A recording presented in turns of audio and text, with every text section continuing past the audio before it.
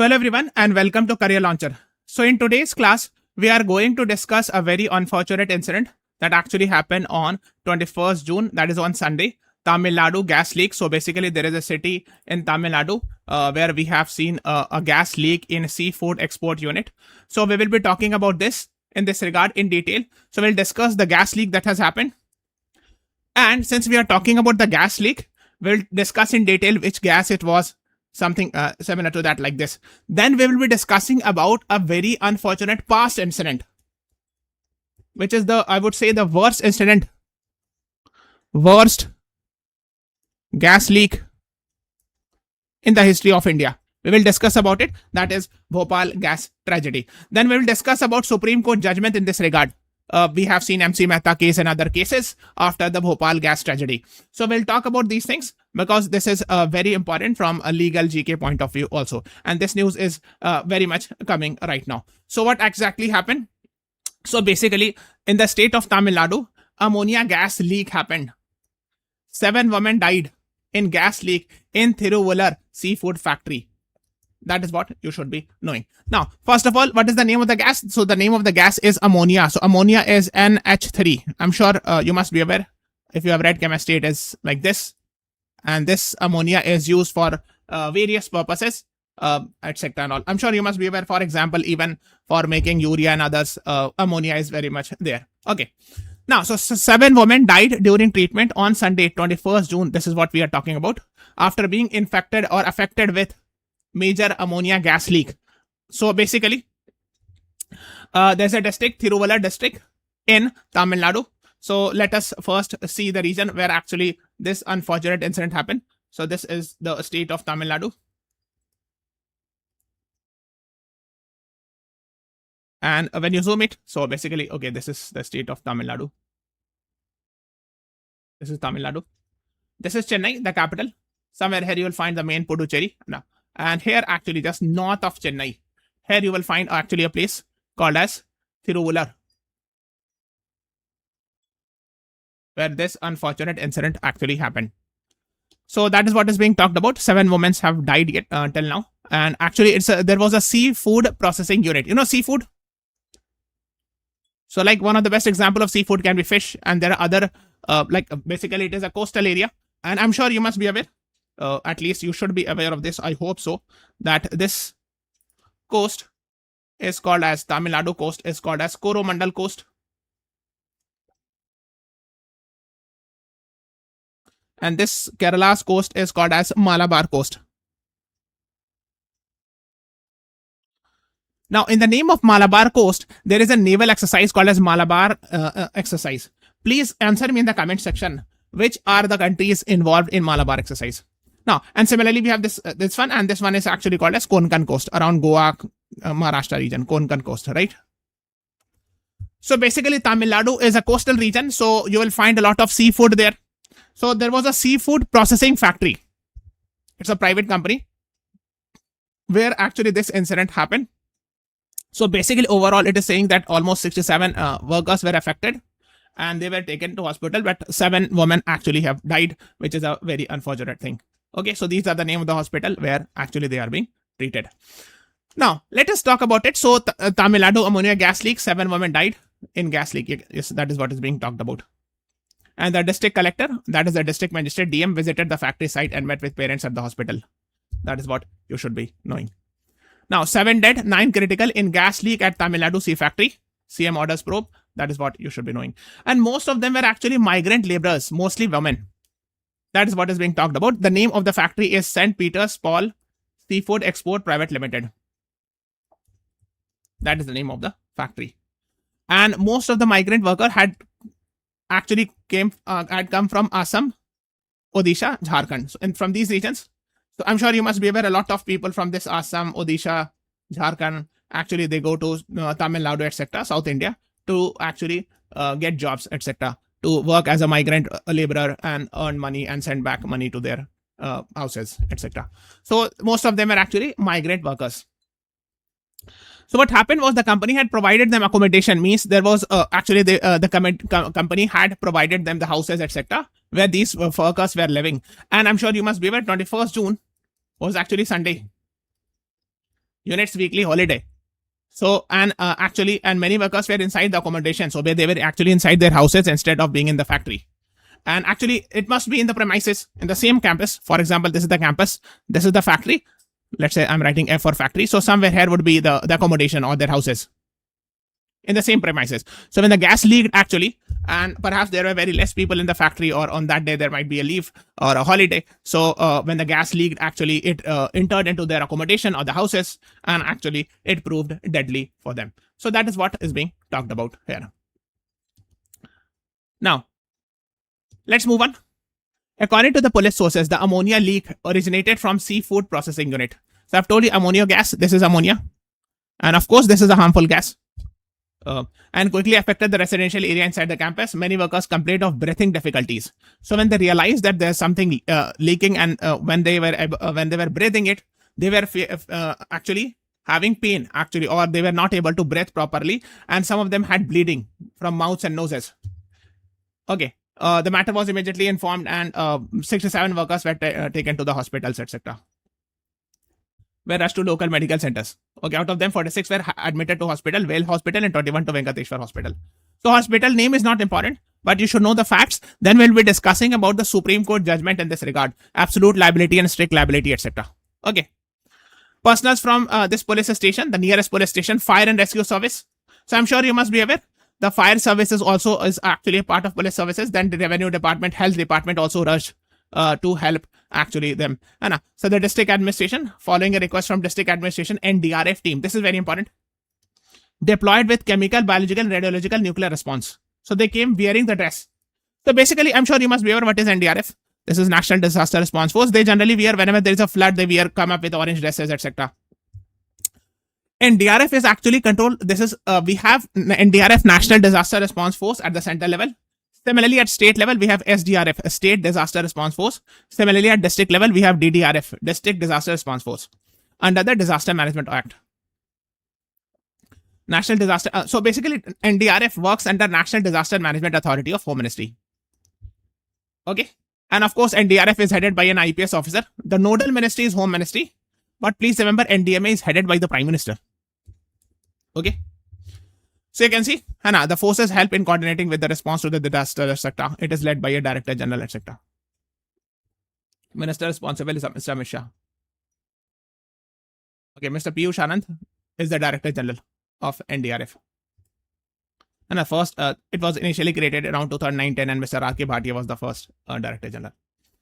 So basically, Disaster Management Act was passed in 2005. And after actually we have seen actually tsunami and other cases. And since then, tsunami came actually somewhere around in December 2004. After that, we have seen this Disaster Management Act was passed, and NDMA, National Disaster Management Authority, was created to fight disaster. Okay, this is their motto: savings, lives, and beyond. Okay, so this NDRF, National Disaster Response Force, works under NDMA, National Disaster Management Authority, which was established through Disaster Management Act of 2005. Okay, and it is headed by the Prime Minister, and it has different members also. Like NDMA is actually headquartered in Safdarjung Enclave, New Delhi. It is headed by a Prime Minister, which having different members like Mr. Rajendra Singh, Lieutenant General Syed Atta Hasnan, etc. Now, please comment me. Now he has actually ceased to be the member of NDMA because he has been appointed as a governor of some state recently. I think 2-3 months back. Please tell me, Lieutenant General Syed Atta Hassan, he was a member of National Disaster Management Authority. He has been recently appointed as governor of which state? Please answer me in the comment section. Okay, that's what you should be knowing. Now, what is the job of NDMA? It's an apex body mandated to lay down policies, plans, and guidelines for disaster management. So these are the things, approves national plan, etc. Lay down guidelines with regards to state authorities, recommend. So basically, they actually control also the NDRF, National Disaster Response Force. That is what you should be knowing. So NDRF works under NDMA, National Disaster Management Authority. So basically, when it was asked, when the district administration requested for NDRF, of course, where exactly it is, let me find out. Yes. Following a request from the district administration, the NDRF team was sent. Chemical, biological, radiological, nuclear response team of NDRF. So they actually come up wearing a particular type of dress. I'm sure you must have seen. They wear a particular dress, which is completely covered. They go inside the plant and they try to fix that problem. I'm sure you must be aware. Similarly, we have seen actually Fukushima nuclear disaster. Please read something about it. Fukushima nuclear disaster happened actually somewhere out in 2011 in Japan, where it is said they had sent robots to mend that. Okay, at that time, robot became very much prominent, etc. So that is the one positive thing that can be done through robots. Nowadays, we are having AI-based robots. So of course, that is even better. Okay, that is what you should be knowing. Then you can say Chief Minister Mr. Vijay instructed the constitution of an inquiry committee headed by comprising of Director of Industrial Safety and Health, Pollution Control Board Member Secretary, Additional Director of Public Health, etc. and submit the report within 24 hours. An FIR case has been registered, etc. in this regard, and the investigation is underway. Now, this is about the news. Now, we will further discuss something more. Okay, so this is about it. The next is, since we are done with this news, now we have to understand the Bhopal gas tragedy. Now, why we are discussing it? Because this was the most unfortunate incident, most unfortunate gas leak in the history of India. Second thing is, we have seen a lot of questions actually from here we have seen in different exams. Okay, just say, for example, right now we have seen this in Tamil Nadu, we have seen the gas leak. What is the name of the gas? The name of the gas that leaked on 21st June 2026 is ammonia gas, which we are talking about in this batch, in this class. All right. Now let's talk about Bhopal gas tragedy. It happened in 1984 on 2nd December. 2nd, 3rd December actually. Somewhere around 2nd or 3rd December 1984. We have seen there was a plant in Bhopal. So where is Bhopal? This is the state of Madhya Pradesh. So this is the Madhya Pradesh. And here you will find Bhopal.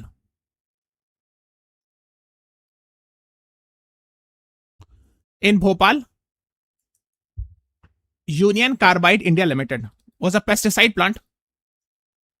A gas got leaked, and this gas I have seen being asked in many exams. Which gas was leaked in Bhopal disaster or Bhopal gas tragedy?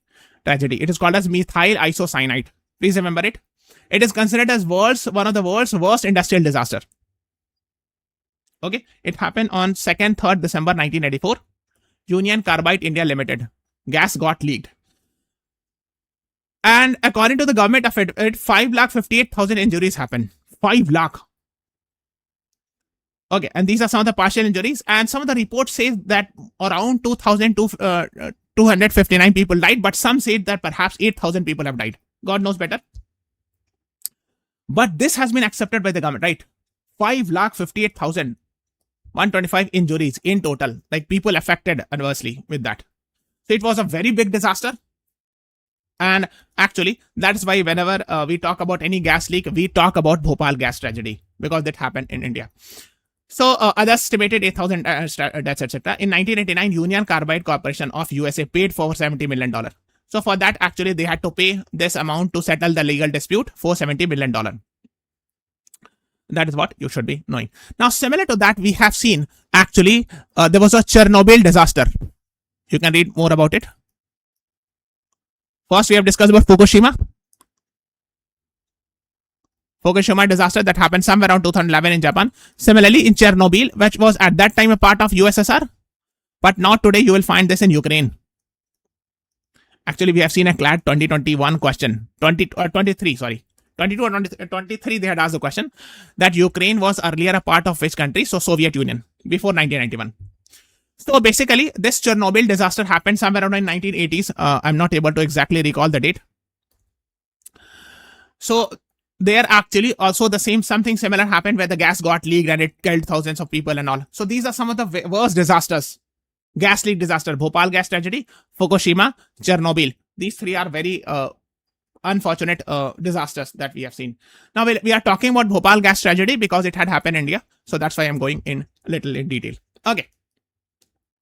The owner of the factory, Union Carbide India Limited, was a publicly traded company, which was majorly owned and controlled by UCC. So this was an American-based company, etc. And this is the name of the gas. The company's name is Union Carbide India Limited. Okay. So civil and criminal cases were filed against Warren Anderson. There was a time when he was very much in the news, actually. He was actually the chair and CEO of Union Carbide Corporation. So this UCC was based in America, Union Carbide Corporation, but its Indian subsidiary was UCIL, Union Carbide India Limited, which had plant in Bhopal. He died in 2014. So just have an idea. So Warren Anderson actually was actually held legally responsible, etc. A lot of cases were filed against him, etc.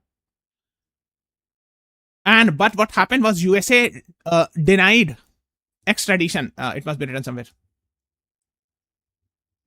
Criminal cases are filed, but USA there must be written somewhere. Yes, he was declared a fugitive, right? Bhagoda, like the person who has run away from the country or is not, etc. So that's what you can read. And there are other things. One thing you should know that USA did not extradite him. I'm sure you must be aware the term extradite means a person who has been committed a crime or actually has accused of being committed a crime, but the person is not living in that country. It should be brought from the other country. That's called as a process of extradition. But the USA did not allow the extradition. That is what you should be knowing. In August 2009, UCC spokesperson Union Carbide had no role in operating the plant, etc. They said we are not controlling it. This is being controlled by UCIL, etc. and all. So these are the arguments that were given. But now you should know that actually they had to pay $470 million. That is what you should be knowing. This was the amount they had to pay. Now let's move on something more. Right. Then since we are talking about it, every year 2nd December is observed as National Pollution Control Day. Because I'm sure you must be aware, we have seen question in 2021 CLAT with regards to national pollution, with regards to days and themes. So of course this year they can ask about National Pollution Control Day, etc. and all. Okay. Now, so that's what you should know. Bhopal gas tragedy, methyl isocyanate got leaked. So this is one of the world's worst disaster, gas leak disaster in India. Others we have seen, for example, in 2020 during lockdown, we had seen Visakhapatnam LG polymer gas leak. Styrene gas got leaked, 12 people died. Similarly, Gale gas pipeline got leaked in 2014. It was a natural gas. But this one also can be asked because it's a recent incident. So that is what you should be knowing. Now let us talk something about the Supreme Court judgment. Okay, so basically we have seen a Supreme Court judgment, for example, settling of dispute $470 million, etc. But the most important judgment which we want to talk is MC Mehta case. Now this is not directly related with Bhopal gas tragedy. What actually happened? So next year, around 1985-86, this event happened actually. There was oleum gas leak. So there was a plant, Shri Ram Food and Fertilizer Plant, industrial plant in Delhi, where gas leaked and one advocate died and several others were injured. Here the Supreme Court of India established the concept of absolute liability instead of strict liability. I'm sure you must be aware. Okay, so without any exception, you have to pay the damage if your company actually, for example, if you are owning the company and the gas leaked because of some natural disaster, still you have to pay the compensation. That is called as absolute liability. I'm sure you must be aware. So after the Bhopal gas tragedy, we have seen oleum gas leak in Delhi, and after that, the concept of absolute liability was brought. Earlier, we had the concept of strict liability. So in strict liability, we had some exception, but absolute liability, there is no exception. Okay, if you can read about it, absolute liability means, for example, let's say, no matter whatever is the cause of the leak, you must compensate. For example, this is the industry, and this is a hazardous factory. Means it is using hazardous chemicals. And this is owned by you, for example. Now, God forbid, let's say a lightning strikes happen. And because of which the gas starts leaking. And people got affected. Now you will say, I have done each and everything. I have not done any harm. Like there was no shortcoming from my side. I had all the full safety measures, but this is a God's will. Or this was an act of God. So why should I pay compensation? But absolute liability say that yes, still you have to pay the compensation. There is no exception. Even if you have taken all the possible precautions. Whereas in strict liability, when you read about strict liability, there is some exceptions available. And this actually strict liability came up in this case. You can read in detail, Rylands versus Fletcher. So basically, if there is an act of God, in that case, you can say that, okay, this is because of the lightning that happened, and that's why I'll not be paying the compensation. Okay, so I'm sure you must be aware, this is actually a legal principle. We are not going in that detail. This must have been taught in the legal section. But I was talking about MC Mehta case because of this reason. And after that, we have seen, especially after MC Mehta case, and there are various other judgments where the Supreme Court started saying that teach environmental science in the schools also. I'm sure you must have heard it.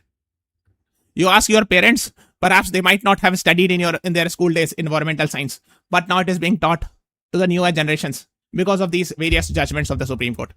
And I'm sure you must be aware the Supreme Court and its various judgments has said that right to clean environment is a part of fundamental right under Article 21. Because if you are getting a gas, or if you are inhaling a gas which is harming you, of course, that is actually not correct. So right to clean environment is a fundamental right under 21. Now let us talk something more about it. Okay, I think we are done with it. Right, strict liability.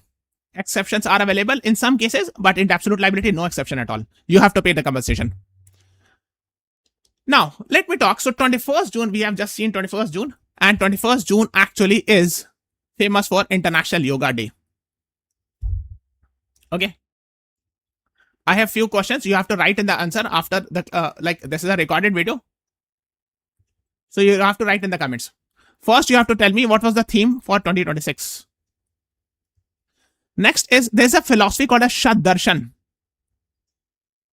Actually, which means there are 6 schools of thought in Hinduism. So 6 schools of philosophy. So one of them is actually yoga. You tell me all the other 5 schools, plus tell me who is considered as founder of yoga. Okay.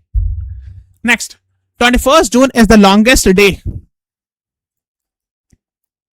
in Northern Hemisphere. Okay. I'm sure you must be aware. There is a technical term that's called a summer solstice for that. This you should be knowing about, right? Now, this is the longest day in Northern Hemisphere. You have to tell me what is the shortest day in Northern Hemisphere and in Southern Hemisphere. Please tell me in the comment section.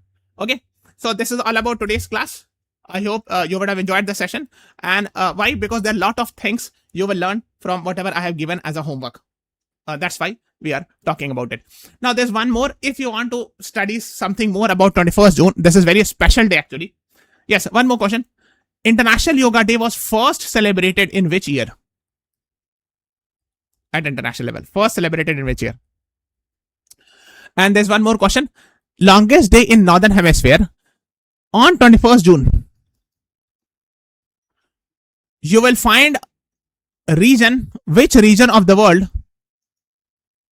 will have sun even at 12 a.m. in the midnight. And I'm giving you a hint. You must have heard land of midnight sun. A country is called as land of midnight sun. That country lies in that region. I'm asking the name of the region. You have to tell me. So these are some of the homeworks that you are supposed to do. Okay. So this is all about today's class. Thank you, everyone. Please press the like button. Subscribe to our channel. Thanks for watching. Have a nice day.